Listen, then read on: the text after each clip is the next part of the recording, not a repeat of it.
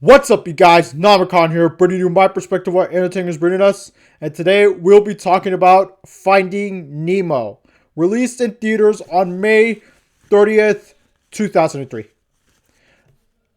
I don't need to tell you how popular this film became. This one was literally the highest grossing animated film for a while. It was also the second highest grossing film in 2003, only getting outperformed by Lord of the Rings: The Return of the King. The film stars Albert Brooks, Ellen DeGeneres, Alexander Gold, Willem Dafoe, Jeffrey Rush, and John Ratzenberger.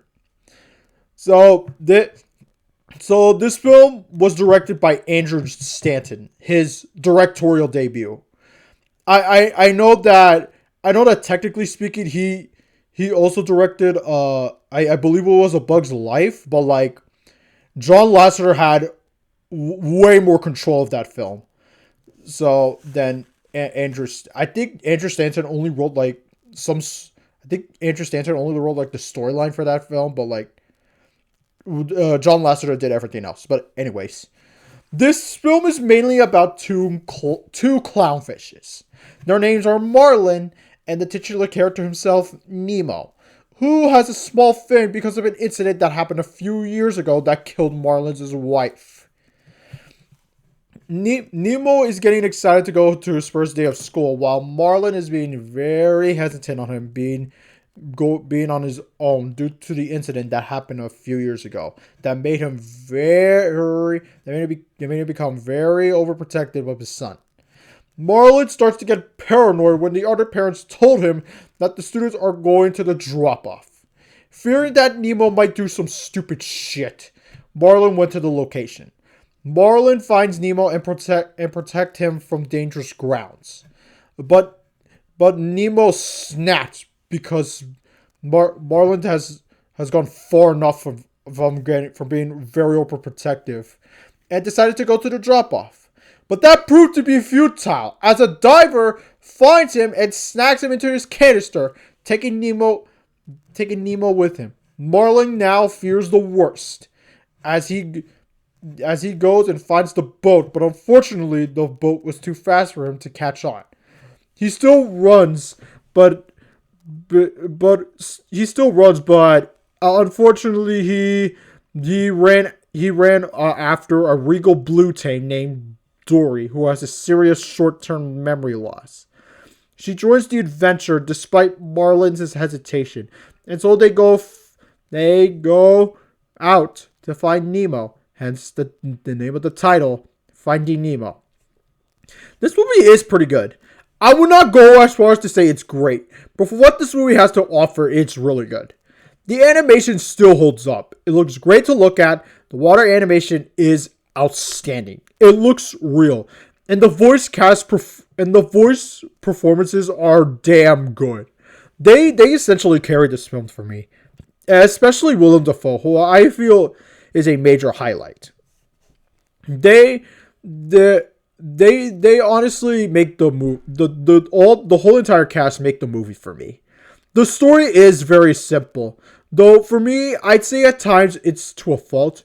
There were some moments where I felt was kind of childish at points, which is why I hesitate to put this film among Pixar's greats like Toy Story, The Incredibles, Monsters Inc., and especially WALL-E. Overall, it's fucking crazy to think that this film is literally the best-selling DVD release of all time. Literally over 40 million DVDs have been sold. This film made a generation of kids at that time, myself included. And this film has grossed over $800 million, which is insane to think of. Is made over $900 million, which is insane to think about. It was literally the highest grossing G-rated film of at the time before Toy Story 3 literally demolished it. And it did help that this film was re-released in 3D in 2012. So, and in 2008, the American Film Institute named it as the 10th greatest American animated film. as part of their 10 top 10 lists.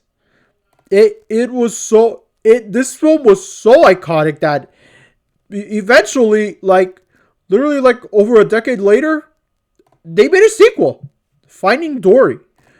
Now, now I'm not sure if it's better or worse than Finding Nemo. I haven't seen that. I haven't seen that film in a while, so I can't say it that much. But what I remember, I really enjoyed it. But overall, I do feel I do feel that Finding Nemo is good. It's kind of overrated. Like people rate this film as the peak of Pixar, and I feel like there are multiple films from them that I feel outclass this film, that outclass Nemo.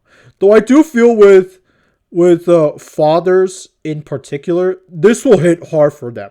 So maybe it is about perception, but for what it is, it's good, but not great. This film for me gets a B. Like, yeah, it's a B. But overall, what did you guys think of Finding Nemo? Did you like it? Did you hate it? Let me know in the comments down below.